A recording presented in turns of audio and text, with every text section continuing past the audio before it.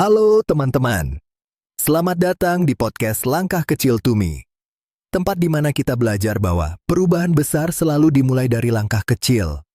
Banyak dari kita yang mempunyai mimpi, punya rencana, bahkan punya target besar dalam hidupnya. Tapi, seringkali kita merasa bahwa, sepertinya saya belum siap, belum punya skill yang cukup, belum punya modal yang cukup, atau bahkan merasa belum punya apa-apa untuk memulai. Nah, di episode kali ini, kita akan ngobrol tentang satu hal yang sering banget dialami oleh banyak orang, yaitu bagaimana cara memulai ketika kita merasa memulai dari nol. Hari ini saya tidak sendirian. Saya sudah ditemani seorang wanita sukses, cantik dan pintar, yang mau berbagi tentang pengalamannya. Halo, apa kabar? Halo, kabarnya baik sekali. Terima kasih sudah mengundang saya di podcast ini. Kalau menurut kamu nih, kenapa banyak orang yang merasa sulit untuk memulai sesuatu? Menurut saya ya, salah satu alasan terbesar adalah karena kita harus merasa harus siap dulu. Siap segalanya. Harus punya semuanya dulu. Harus punya skill yang cukup, pengalaman yang cukup, atau bahkan harus punya rencana yang sempurna. Dan itu yang seringkali membuat orang jadi takut untuk memulai sesuatu. Padahal kenyataannya, hampir semua orang yang sudah sukses banyak juga yang memulai dari kondisi yang tidak sempurna. Betul banget. Kadang, kita terlalu fokus pada apa yang kita belum punya, sampai lupa melihat bahwa sebenarnya kita sudah punya sesuatu untuk dapat memulai apa. Hanya saja, kita belum menyadarinya.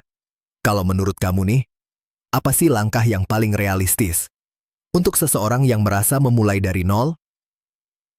Menurut saya, jawabannya cukup sederhana. Mulai saja dari kecil. Kadang kita terlalu fokus ingin langsung melakukan sesuatu yang besar. Padahal, langkah kecil yang konsisten justru jauh lebih powerful. Contohnya, kalau seseorang ingin belajar sesuatu, nggak harus langsung belajar berjam-jam setiap hari. Mulai saja dari 10 atau 15 menit sehari. Itu udah cukup, tapi harus konsisten ya. Iya benar, karena yang penting sebenarnya bukan seberapa besar langkah pertama kita, tapi apakah kita benar-benar mau memulai atau tidak? Banyak mimpi yang gagal terwujud bukan karena tidak tercapai targetnya, tapi karena tidak pernah dimulai. Satu hal lagi yang sering bikin orang berhenti di tengah jalan adalah ekspektasi yang terlalu tinggi. Mereka ingin hasil yang cepat, tanpa mau melihat prosesnya. Betul. Kita sering melihat hasil orang lain, tapi tidak pernah mau melihat proses panjang di belakangnya.